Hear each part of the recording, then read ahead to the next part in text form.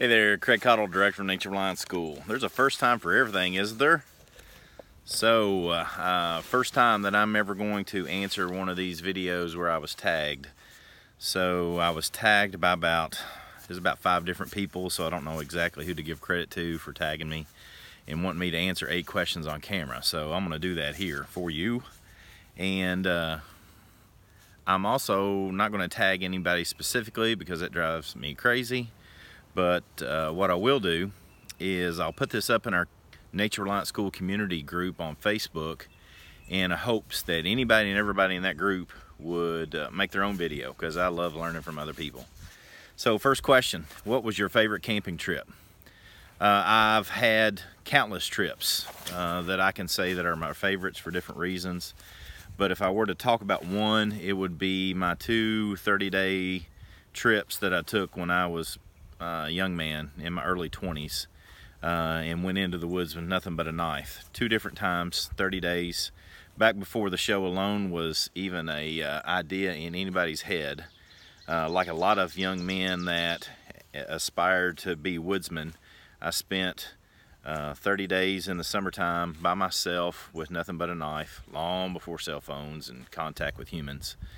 And then I went back and did it again 30 days in the wintertime. A very difficult time in the wintertime for foraging for food, and I learned a lot about my skill set, what I was good at, what I was not good at doing, and I have been trying to hone and improve upon that skill set ever since.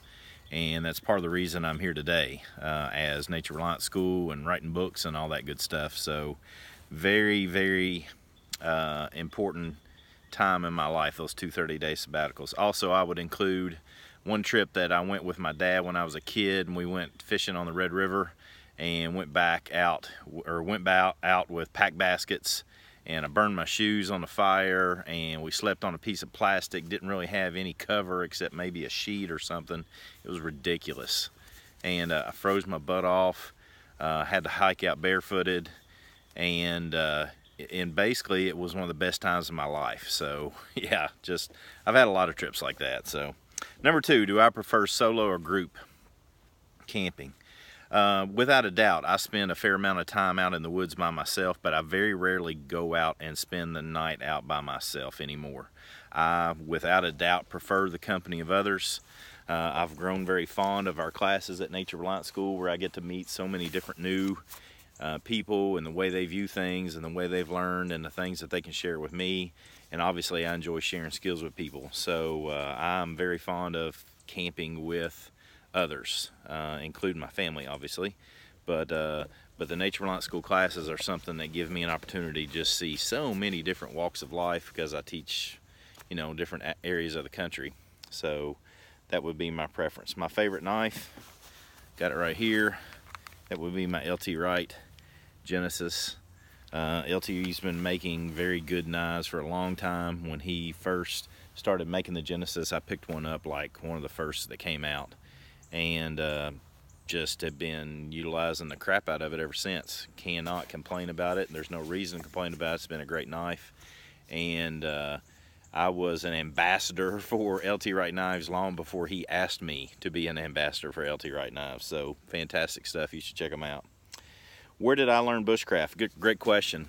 This word bushcraft is sort of like a word where you've got to do certain things to be bushcrafty. Well, bushcraft, in my mind, is nothing more than being crafty in the bush. That the word bushcraft is not necessarily a common word here in the States. It is elsewhere, perhaps in Europe and Australia. But bushcrafting, like when I went to Alaska, they didn't talk about the woods, they talked about the bush, for example. Been there twice. But I learned at the feet of both my dad and my uncles and a lot of period correct reenactors. I grew up living in teepees and lean-tos and spent a lot of time out doing that sort of thing, and just learning from a bunch of people that have I have no idea who they were. So you might go hang out and throw tomahawks and eat squirrel brains or something down at that dude's teepee one minute, and then the next minute we might be out in a rifle competition somewhere else. So obviously I learned at the feet of a lot of very well trained people, and just salt of the earth kind of people growing up doing period correct reenacting. What's my favorite fire starter? The one that can make a fire. I always carry a lighter in my pocket, and I always carry a ferro rod pretty close to it somewhere, just as a backup. So what's my favorite way of starting a fire? Putting gasoline on it and throwing a match on it, because that's cool as heck. That's what I like to do.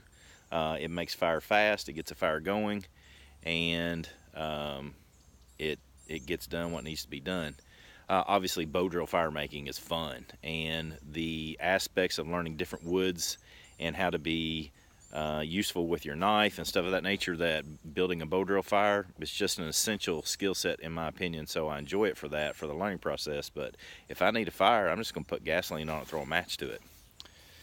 All right, my most essential piece of kit is my knife, without a doubt. So much so that that I always carry two.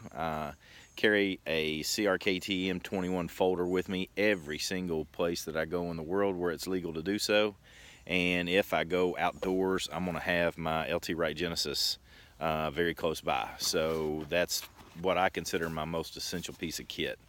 You know, there's a lot been said about the 5Cs and 10Cs of that nature that was formulated many years ago by Baden-Powell, Boy Scout fame. There's been some teachers that have kind of put their stamp on it in the last 10 years or so, and it's just like everything in outdoor stuff.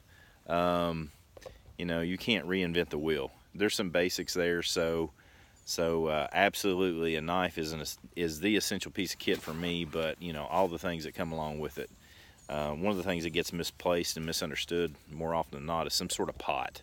I think that is as essential as anything. Do I carry a bug out bag with me? You betcha I do. I've got a bug out bag and a half everywhere I go. And what's in it? Some of it's what you would normally see.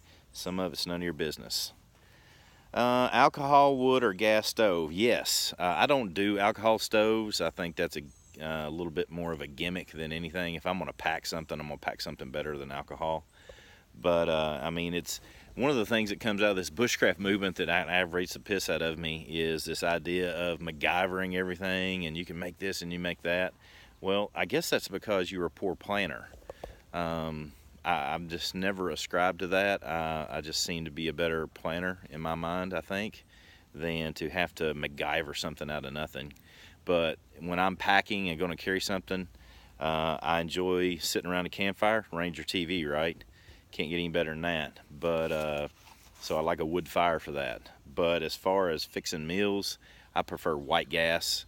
I utilize a isobutane Jetboil when I'm teaching classes pretty regular, because we might take a break to fix a meal or something, and I like to fix my meal and get back into it so I can go hang out with people and help them with their materials and with their cooking. And so Jetboil just makes it real easy. But my go-to stove is a MSR Whisperlite International. It utilizes white gas is what I typically use it in, but it also uses various sundry of different gases as well, including just regular gasoline, diesel fuel, kerosene. And so as a go-to backup stove, I believe it's fantastic. So that's the 8 questions that somebody tagged me in. I think there's about 4 or 5 different folks that did that, and I appreciate that. I've never done one of these before. This is my first one, so I hope that I've offered some stuff that gives you some ideas what you can do. And I would love to see our folks in our Nature Reliance School community Facebook group share what it is that you can share, and I would love to see those and see what everybody's thinking. So a lot of people have asked me about this just because I have it on, but this is my Kit Fox Outfitters Woodbey jacket, and I'm also sitting here hanging out in their Freedom hammock. So there you go, that's me today. Sounds like the rain's coming again. That's all right. I got some other stuff I gotta do out here. So enjoy the outdoors as always, and I appreciate anybody and everybody that supports and follows what we do at Nature Reliance School and has purchased our books and contacted us and shared with us how it's helped you, and we really appreciate that. We would love to see you in a class, and again, come on, join in, and let's learn together.